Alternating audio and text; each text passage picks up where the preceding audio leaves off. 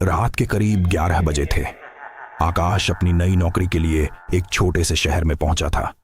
उसे रहने के लिए एक पुराना लॉज मिला। नाम था शांति निवास। रिसेप्शन पर बैठे बूढ़े आदमी ने उसे चाबी देते हुए कहा, कमरा नंबर 27, लेकिन रात में दरवाजा मत खोलना। आकाश हंस पड़ा। क्यों, भूत है क्या? बूढ़ा कुछ नहीं बोला, बस हल्का सा मुस्कुरा दिया।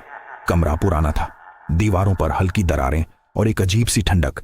रात के 1 बजे अचानक दरवाजे पर खट खट खट। आकाश की नींद खुली।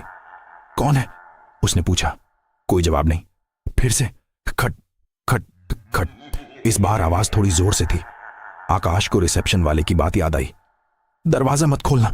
उसने सोचा शायद कोई मजाक कर रहा है, लेकिन तभी दरवाजे के नीचे से किसी की परछाई दिखाई दी और धीरे धीरे वो परछाई दरवाजे के अंदर आने लगी।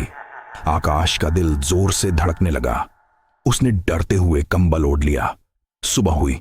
आकाश नीचे गया और गुस्से में बोला, कल रात कौन था मेरे दरवाजे पर? बूढ़ा आदमी चुप रहा, फिर बोला, क्या तुमने दरवाजा खोला? आकाश ने कहा, नहीं। बूढ़ा गहरी सांस लेकर बोला, अच्छा किया, क्योंकि 5 साल पहले उसी कमरे में एक लड़की मरी थी। आकाश का गला सूख गया। क्या मतलब? बूढ़ा धीरे धीरे बोला, वो हर रात दरवाजा खटखटाती है, जो खोल देता है वो कभी वापस नहीं आता। आकाश डर गया, लेकिन उसने खुद को संभाला। यह सब बकवास है।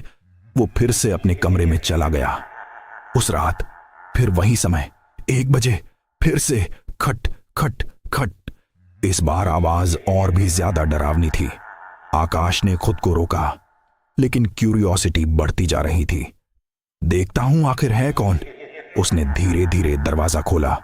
बाहर कोई नहीं था, लेकिन सामने दीवार पर एक लड़की खड़ी थी, उल्टी तरफ मुड़ी हुई गर्दन के साथ।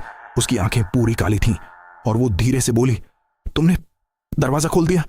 अगली सुबह रिसेप्शन पर वही बूढ़ा बैठा था, लेकिन इस बार कमरा नंबर 27 की चाबी टेबल पर रखी थी और उस पर एक नाम लिखा था, आकाश।